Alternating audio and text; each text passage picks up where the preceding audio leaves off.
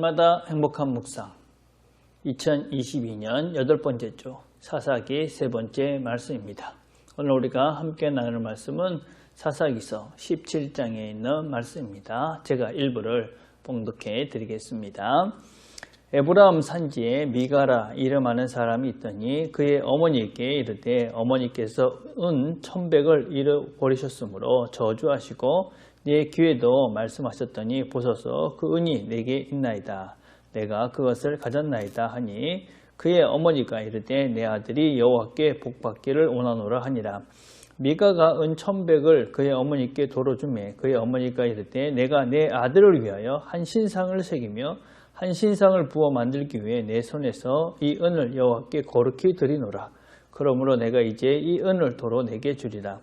미가가 그 은을 그의 어머니에게 도로 주었으므로 어머니가 그 은 200을 가져다가 은장색에게 주어 한 신상을 새기고 한 신상을 부어 만들었더니 그 신상이 미가의 집에 있더라.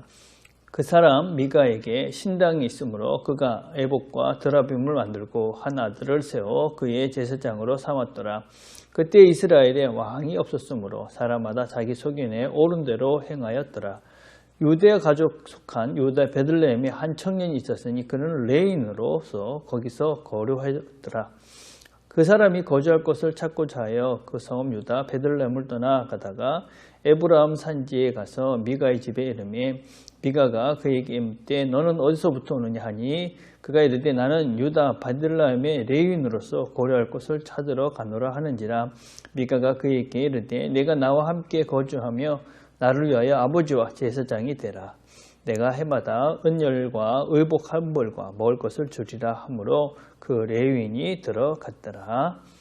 묵상 질문 1번입니다. 미가의 가정의 문제는 무엇입니까? 자, 미가의 어머니가 재산을 잃어버렸습니다. 은 1,000을 잃어버린 것이죠. 그런데 그 잃어버리고 난데 저주를 했는데 나중에 알고 보니까 그것이 그 미가 자기 아들이었습니다. 그래서 미가가 다시 그 은천을 갖고 오니까 어머니가 그 아들을 축복을 합니다. 참으로 황당한 이야기죠. 자기 아들이 도둑질을 해갔는데 그걸 저주했는데 다시 갖고 왔다고 그 아들에게 축복을 하는 이상한 현상이 지금 있는 것입니다. 자, 그건 무슨 얘기입니까? 아무런 기준이 없는 그냥 자기 마음대로 그냥 뭔가 선함과 악함도 없는 그런 시대. 이런 모습을 이제 한 단면을 우리에게 보여주고 있는 것이죠. 그러고 난 다음에 우상을 만듭니다. 그리고 또 신당을 만듭니다. 그리고 자기 아들들에게 에봇과 드림을 만들어서 주고 난 다음에 자기 아들들을 제사장으로 삼습니다. 윤리적이고 도덕적 기준이 없는 부패한 사회상을 보여주며 또한 도덕적으로 윤리적으로 부패한 그곳에 있는 종교적인 타락 모습도 역시 같이 보여주고 있습니다. 삶의 기준이 없는 것이죠. 종교의 어떤 신앙의 기본도 없는 것입니다. 자기 마음대로 신상도 만들고 자기 마음대로 신당도 만들고 자기 마음대로 아무나 제사장을 세우고 타락한 세상, 타락한 종교의 전형적인 그런 모습이다 라고 할 수 있습니다. 자, 2번입니다. 한 레인이 미가의 집에 가서 제사장이 됩니다. 무엇이 문제입니까? 레위인이 유다족 속에 속했는데 거주할 곳이 없다. 이것은 이미 이 사람들이 신앙의 기본이라고 할 수 있는 그런 11조가 없었다 하는 것을 볼 수 있습니다. 레위인들은 땅을 분배받지 못했습니다. 그 대신에 그 다른 지파에서 내는 11조로 이들의 생활을 할 수 있었습니다. 제사를 드리고 11조를 드리고 그래서 레위인은 살 수 있었는데 이들이 살 곳이 없었다. 살 수가 없었다. 그래서 그 거처를 찾아 헤맸다. 그 말은 이런 종교적인 신앙적인 행위들이 모두 멈춰버린 제대로 이루어지지 않고 있는 상황을 지금 보여주고 있는 것이다 라고 할 수 있습니다. 그래서 신앙의 근거가 무너진 이 상태를 보여주고 있는 것이죠. 그리고 또 이 레위인은 제사를 돕는 사람이지 이 사람이 직접 제사를 드릴 수 있는 사람은 아닙니다. 그러니까 레위인이 제사장이 됐다. 이건 자기의 역할을 상실해버린 것이죠. 왜 그렇게 되고 말았습니까? 미가의 어머니가 충분한 음식과 충분한 그런 보수를 주겠다 하는 말을 듣고 레위인이 제사장이 돼서 제사를 드리게 되어집니다. 이 집을 잃고 방황하는 이 소년, 이 레위인 소년만을 탓할 수는 없습니다. 어떤 종교적인 타락들이 일어나게 되고 사회적인 부패되면 모든 질서가 무너지는 것이죠. 이것을 해야 되는지 말아야 되는지 이 역할을 해야 되는지 저 역할을 해야 되는지 아무런 기준도 없고 역할도 질서도 다 무너지는 것입니다. 그러니까 모든 것들이 엉망이 되어져 버린 그런 모습들을 보여주고 있습니다.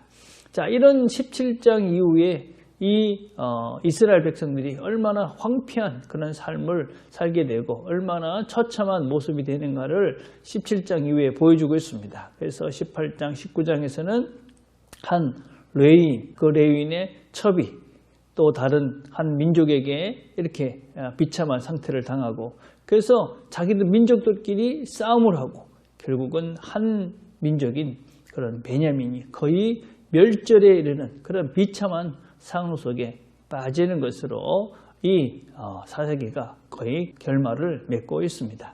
이 이야기는 종교적으로, 도덕적으로, 윤리적으로 타락하면 그 타락으로 끝나는 것이 아니라 평화를 잃어버리고 그리고 결국 생명을 잃어버리고 모든 것들이 무너지고 황폐에 대해서 삶 전체가, 그 사회 전체가, 그 민족 전체가 곤란한 일을 당할 수밖에 없게 된다 하는 것을 우리에게 보여주고 있습니다. 자, 그래서 사사시대의 결론이 무엇이냐? 3번입니다. 사사시대의 결론이 무엇입니까? 무엇이 문제입니까?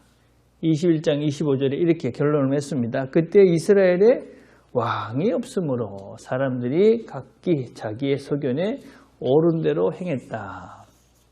왕이 없었기 때문에 그들 마음대로 했다. 이렇게 얘기합니다. 근데 과연 이스라엘에게 왕이 없었습니까? 여러분, 사울 왕이 되기 전에 이 이스라엘의 왕은 누굽니까? 바로 하나님이셨습니다. 하나님이 이들의 왕이 되셔서 이들을 이끌었고 모든 전쟁에서 이들을 승리케 하셨고 이들을 보호해 주셨습니다. 이들을 이끌어 가셨습니다. 그런데 그들은 참된 왕이 되신 하나님을 거부하고 왕이 없다. 이렇게 이야기하면서 자기 마음대로 자기 소견대로 그렇게 삶을 살아가게 된 것입니다. 결국 하나님을 버린 삶은 어떻게 되느냐? 선한 것도 잃어버리고 바른 것도 잃어버리고 결국은 황폐해지고 부패하고 타락하고 결국 모든 사람들이 함께 다 망하는 길로 갈 수밖에 없는 것이 왕이 없는, 하나님이 없는 인생, 하나님이 없는 그런 민족, 이런 것들을 우리에게 보여주고 있습니다. 하나님은 우리의 왕이 되시고 또 우리는 그 하나님의 인도하심, 이끌어 주심을 따라서 순종하며 오늘을 살아갑니다.